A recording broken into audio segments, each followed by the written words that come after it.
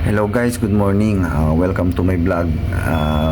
For today's video, gagawa tayo ngayon ng plano o voyage plan papuntang Xiamen. So, una natin gagawin guys is to punta tayo dyan sa voyage planner.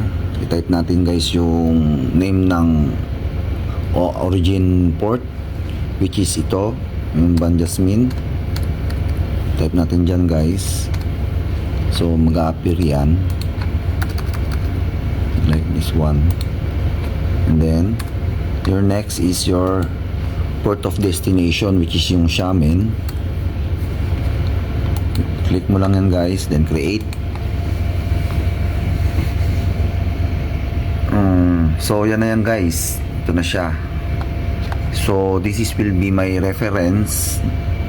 So hindi pa yan siya kumbaga ito lang yung binigay ni One Ocean para maging reference mo, reference guide. So yan na siya guys. So ito siya. Ito na yung origin port mo, mapunta tayo dito. So ipa-finalize ko pa yan guys, papunta sa niya. Pag nag-plot na ako sa ECDIS. So ito siya. Tapos dadaan tayo dito sa may Palawan, and then tatagos tayo dito sa Mindoro Strait. So titingnan ko muna guys kasi may mga shallow water dyan, as you can see. Kaya ipa-finalize ko pa yan guys kung tama siya, kasi may mga mababaw dyan guys. So ito siya sa Mindoro Strait. And then tatagos ako dito banda sa, so wala siyang waypoint dito, so which is dito, ito yung Lingayen guys, Lingayen Gulf. And then papunta tayo sa Taiwan. This Taiwan guys. So yung Taiwan guys is yung nandito yan, yung Xiamen sa may ito kasi guys is Taiwan Strait to guys, upper part ng Taiwan. So ngayon, ito yung una-una natin gagawin guys. Tingnan natin muna kung sa tingin mo mas mapapaganda yung voyage planning mo. So this will be your reference only guys. Hindi naman siya yung kumbaga binigyan ka lang niya ng guide. Pero hindi pa ito sure guys kasi iba pa rin yung nasa ECDIS. Meron siyang difference na magkakatalo sa mo, minsan may tatamaan. Kaya ito reference lang to guys. Tatamaan ka kasi minsan dun sa sa mababaw, minsan may mababaw, may malalim. So ikaw pa rin ang mas masusunod guys kapag ikaw gumuguhit ng mapa. So ngayon, sunod natin gagawin guys, i-overlay natin yung product para malalaman natin kung ano yung mga gagamitin natin charts, tsaka ADRS, yun yung mga digital publication natin guys. So punta tayo dito sa overlay guys. So bakit natin ito ginanito guys? Para malaman natin yung gagamitin natin na chart ay valid pa or may expire na. So una natin muna gawin guys is yung ENC chart muna natin. I-untick muna natin tong digital publication guys para kasi medyo magulo pa siya, hindi mo makikita yung mga chart mo ay ginamit na ay valid pa. So ito guys, ito na yung mga charts na kailangan natin sa biyahe galing dito sa Indonesia papuntang Xiamen. So pag valid ang chart mo guys is siya, green yan guys.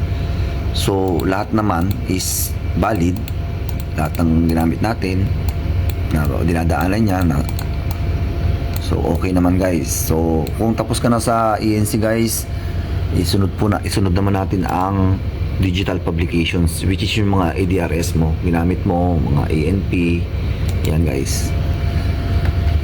So yung ENP natin guys is ang gagamitin natin ay yung ENP 31, yung China Sea Pilot, at volume 1 and 2 yung ENP 30.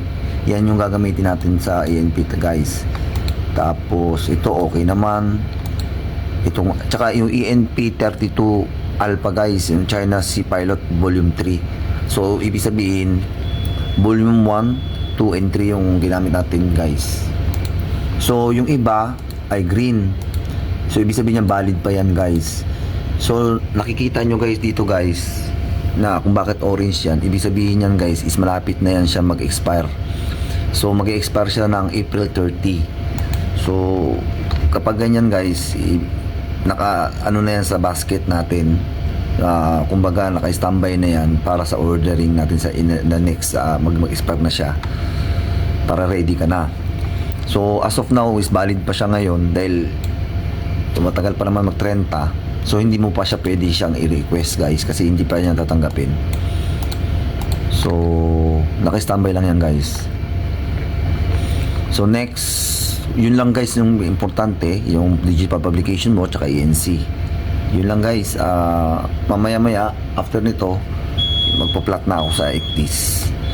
So yan yung mga kasama, yung pinaka-importanting kasama natin sa paggawa ng voyage plan guys.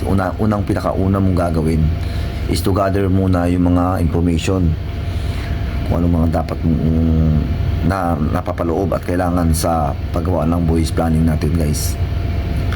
Okay lang guys, yun lang guys. Paalam.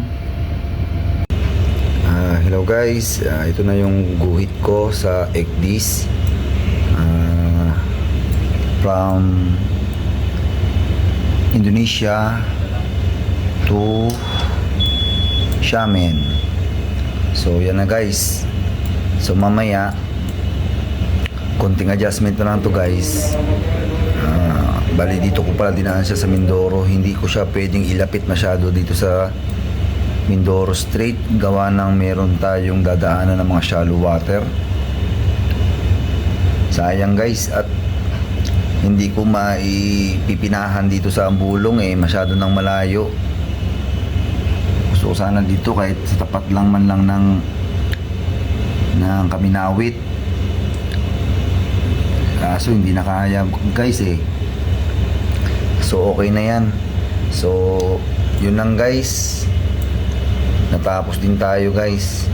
So although dito medyo may malapit dito, konting adjustment na lang to, which is malalim naman yan guys. 49 yung depth. So itataas ko na lang ng konti yan mamaya guys. Dito, baka dito ako maglagay. Taas ko na lang siya para mas maklarot maan tayo dito, malibre, shallow. So tingin ko guys okay naman to. So yung total distance natin is 1991. So 1992 na to. So yun lang guys, okay na to guys.